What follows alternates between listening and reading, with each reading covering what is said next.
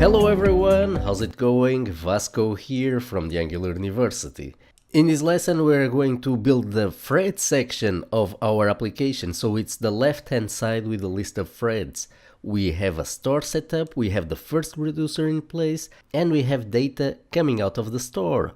So now that we have it being streamed back to the thread section component, let's display it on the screen. Now we will be going back to the store reducer. We're going to split this reducer up into multiple functions. We are going to use combine reducers here. But before doing anything else, let's display on the screen the data that we already have coming out of the store, which is basically almost all the data that the application will have. So we are going to implement this part of the view here, where you have the current username, an unread messages counter, and a list of threads with a thread summary for each thread. So what would this look like? If we go back to our application, we have here our thread section HTML. So this is the current HTML that corresponds to this message here on the screen. So now let's start by implementing this part here.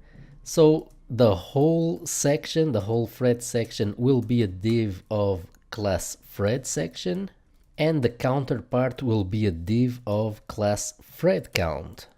This section will be composed of a couple of spans. The first one will contain the name of the user, so the name of the current user. This will correspond in this case to user Alice. And we are going to put this inside an h3.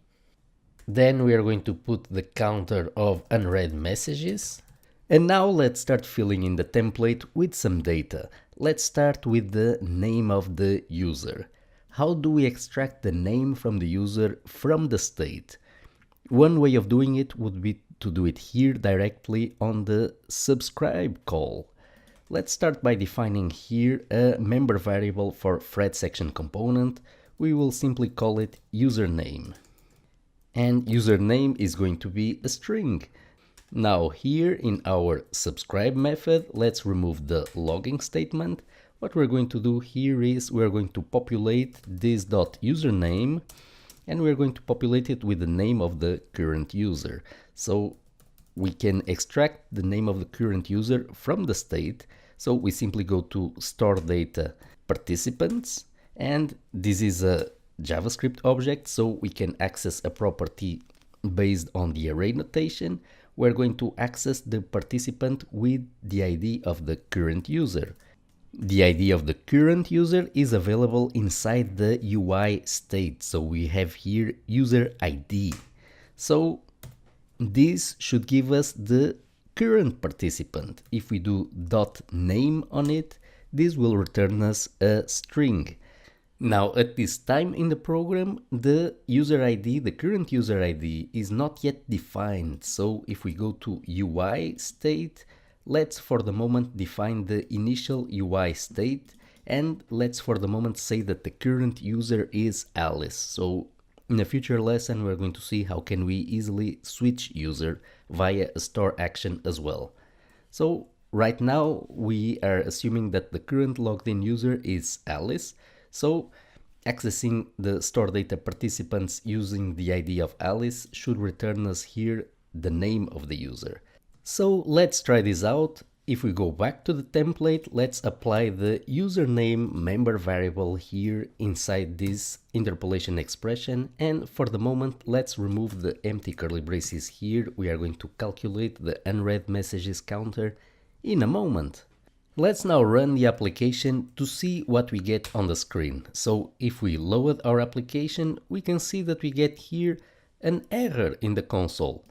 Let's see what the error message is. It says cannot read property name of undefined.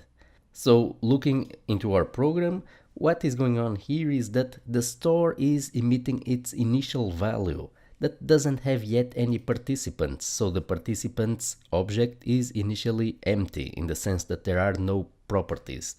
So when we access it using the user ID 1 of Alice, we get back undefined. So we call .name on it, and we get the error message cannot read property name of undefined.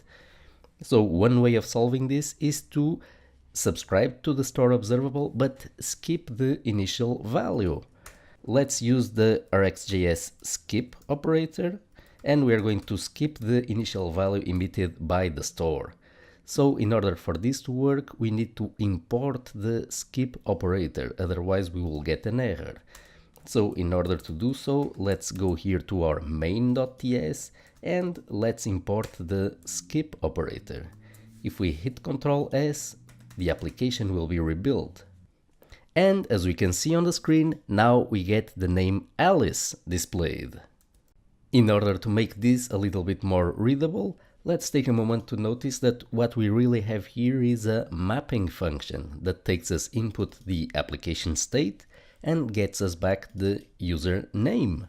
So let's refactor this into a function, and we are going to call it map state to username.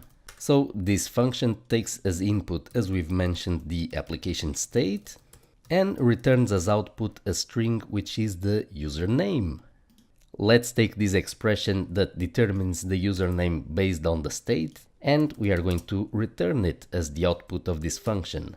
Now, here we are simply going to subscribe to this observable, and we are going to apply the map operator here that we have already imported into our program. The map operator needs a function that operates on an application state.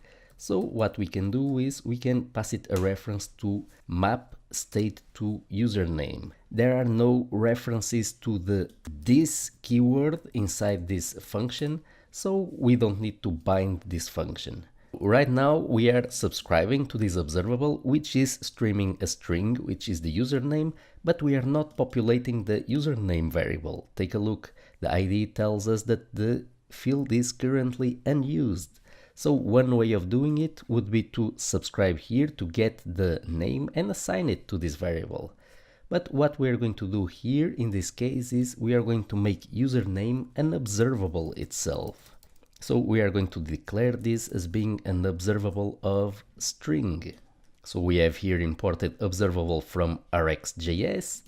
And now what we're going to do is we are going to, instead of subscribing to this observable, what we're going to do is we are going to assign this observable to username.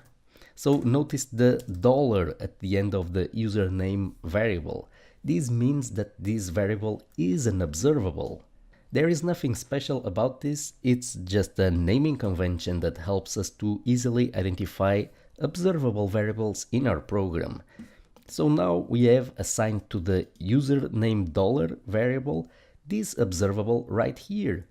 So how do we use username in the template? Let's switch back to the template.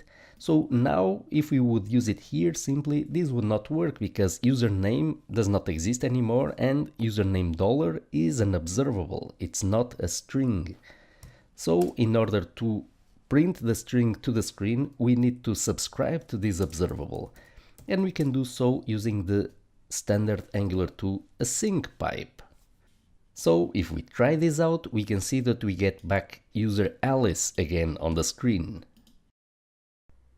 And so here we have it, an example of how to implement a view only by defining observable member variables and defining how we can stream a value, a view model value, from the store state into the view using the async pipe. Let's now continue with the thread section view. Let's calculate the unread messages counter. Let's see how simple it is to derive the counter from the store state. It's coming right up in the next lesson.